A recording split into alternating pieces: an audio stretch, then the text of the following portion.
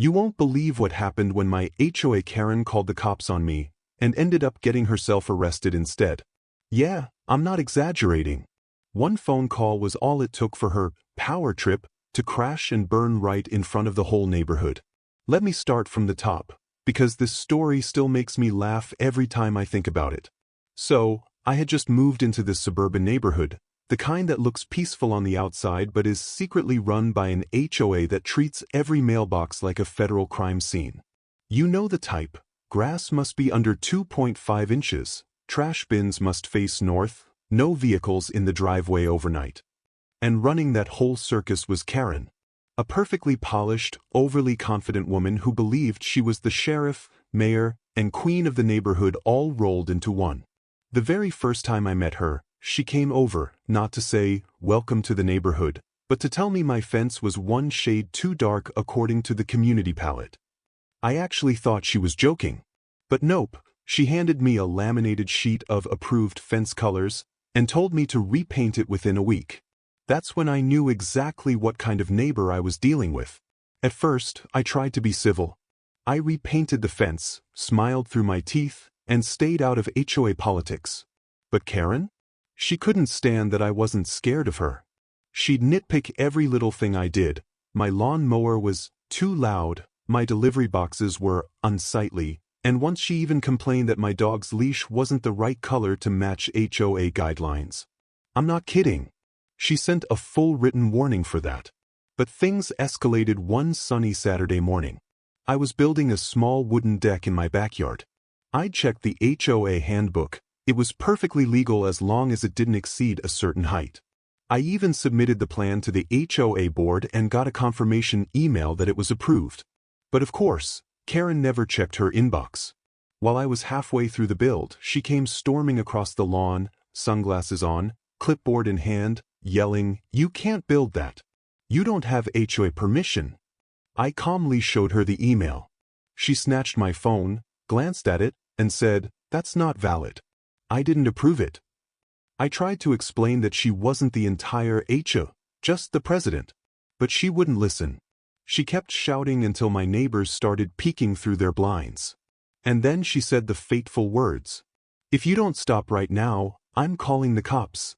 I shrugged and said, "Go ahead. I've got nothing to hide." She stomped back home, muttering something about lawbreakers, and 5 minutes later, I heard sirens.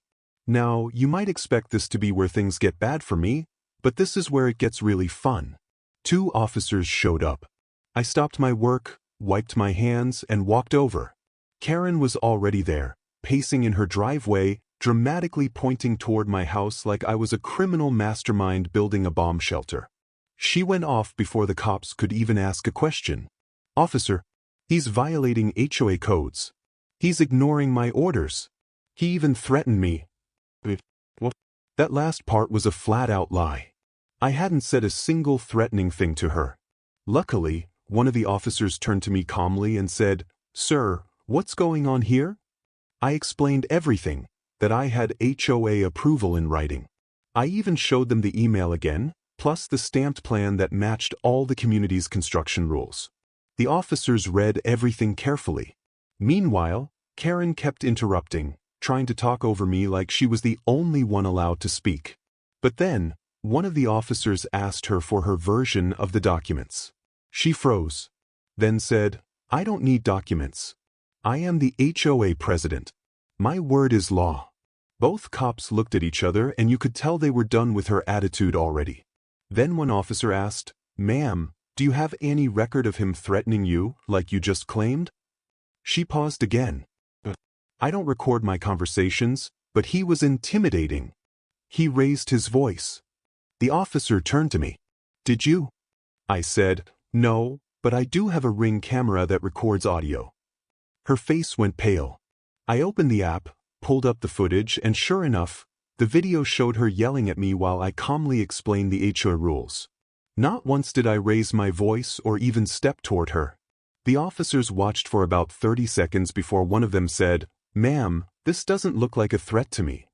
She tried to pivot. "He's trespassing on HOA land." The cop looked at my yard, then his GPS map. "This is his private property." That's when Karen completely lost it. She started shouting that the HOA owned everything, and that these officers were wasting time when real criminals were violating neighborhood harmony. One of the cops said in the most patient voice possible, "Ma'am, I'm going to need you to calm down." But she didn't. Instead, she shoved the officer's hand away when he tried to get her to step back.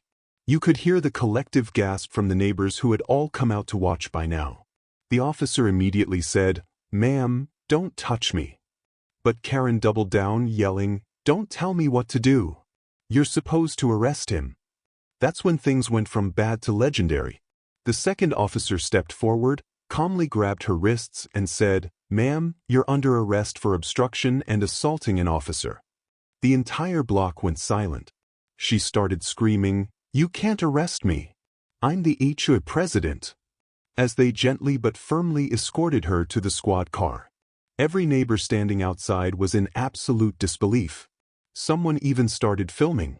As she was being put in the back seat, she shouted at me, "You'll regret this."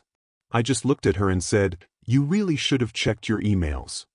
The officer smirked as he shut the car door. But that wasn't even the end of it. Oh no. What came after her arrest? That's where the real chaos began, and trust me, it completely flipped the HOA upside down. As Karen's shrieks faded into the sound of the squad car pulling away, the whole neighborhood stood frozen for a few seconds, like nobody could believe what just happened. Then, slowly people started talking. One guy across the street said, "Did she really just get arrested?" Another whispered, "I've been waiting 10 years to see that woman taken down a notch." I tried not to laugh, but honestly, it was impossible. After months of harassment, power trips, and bogus HOA warnings, seeing her finally face the consequences felt poetic.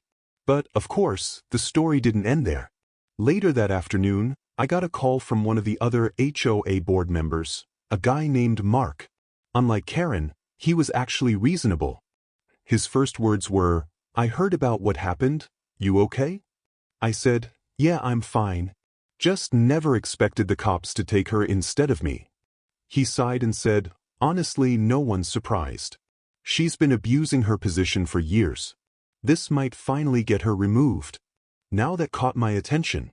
Apparently, the board had already received multiple complaints about Karen, how she overstepped her authority, fined people for things outside HOA rules, and used community funds to pay for her personal landscaping preferences. But nobody had enough proof to challenge her, until now. And guess what? The video from my Ring camera, plus the police report, was exactly the proof they needed. A week later, the HOA called an emergency meeting. And let me tell you, that was one of the most entertaining nights of my life. The community clubhouse was packed. Everyone was buzzing about the incident. Karen showed up too, still defiant, still wearing her signature sunglasses indoors like she was shielding herself from accountability. As soon as the meeting started, she tried to take control. "Let's get one thing straight," she said, slamming her binder on the table. "That man," she pointed at me, "shouldn't even be here. He disrespected this community." But Mark cut her off. "Karen, you're not running this meeting." Her jaw dropped. "Excuse me?" He motioned toward the rest of the board.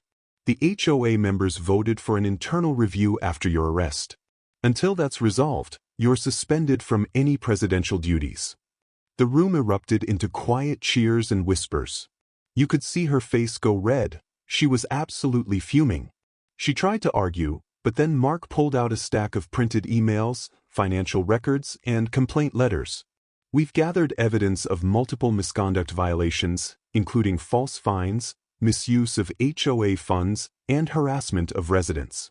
Karen's confidence cracked for the first time. "This is ridiculous. Those were necessary actions." I stood up and said calmly, "Like the $500 fine you gave me because my recycling bin was too visible?" Someone in the back added, "Or the $300 she fined me for hanging Christmas lights in November." The room burst into laughter. Karen tried to shout over everyone, but at that point, it was done. The board voted, unanimously, to remove her as HOA president effective immediately. She stormed out, muttering something about lawsuits and corruption. But everyone knew it was over. The best part? Once she was out, the board actually went through all her past actions and refunded a ton of fines she'd issued illegally. People were cheering in the group chat like it was a national holiday. But karma wasn't done with her yet. A few weeks later, I got a knock on my door from the same officer who had arrested her. He said, "You'll want to know this. She tried to sue the police department for wrongful arrest." I raised an eyebrow. "Let me guess, didn't go well?" He chuckled. "The judge reviewed the footage you provided. Case dismissed immediately. She even got fined for filing a frivolous lawsuit." I couldn't help but laugh. "So she basically fined herself?" She grinned. "In a way, yeah." After that, Karen moved out within a month. No one knows where she went. Rumor says she tried to start another HOA in a different town, but the internet never forgets. Once people Googled her name and found the story, no community wanted her in charge again. As for me, the neighborhood finally relaxed. People started being friendly again. We organized a community barbecue to celebrate the new, drama-free HOA board. Mark came up to me during the event and said, "You know, you might have saved this neighborhood." I laughed. "All I did was build a deck." She grinned. "Yeah, but you built it with receipts." We both laughed, and for the first time since I moved in, I actually felt like I belonged there. That night, as I sat on that same deck, the one that started this entire chaos, I thought about how quickly power can go to someone's head. Karen really believed being HOA president made her untouchable. She thought she could twist rules, lie to cops, and bully her neighbors without consequence. But in the end, the truth, and a little video evidence, caught up to her. The story spread around town, even got shared online. People couldn't get enough of the HOA president who got herself arrested. Some of my neighbors even started calling my deck Justice Platform. Honestly, I'll take it. Because sometimes, the best revenge isn't shouting back or fighting dirty. It's staying calm, doing everything by the book, and letting people expose themselves with their own actions. And that's exactly what Karen did. YouTube-style closing. So yeah, the next time someone like Karen tries to play power games, just remember, keep your cool, keep your receipts, and let karma do the heavy lifting. Because trust me, when the cops show up and the truth comes out, it's game over for the HOA tyrants. If you enjoyed this story, hit that like button, subscribe for more crazy HOA tales, and remember, not all heroes wear capes, some just build decks.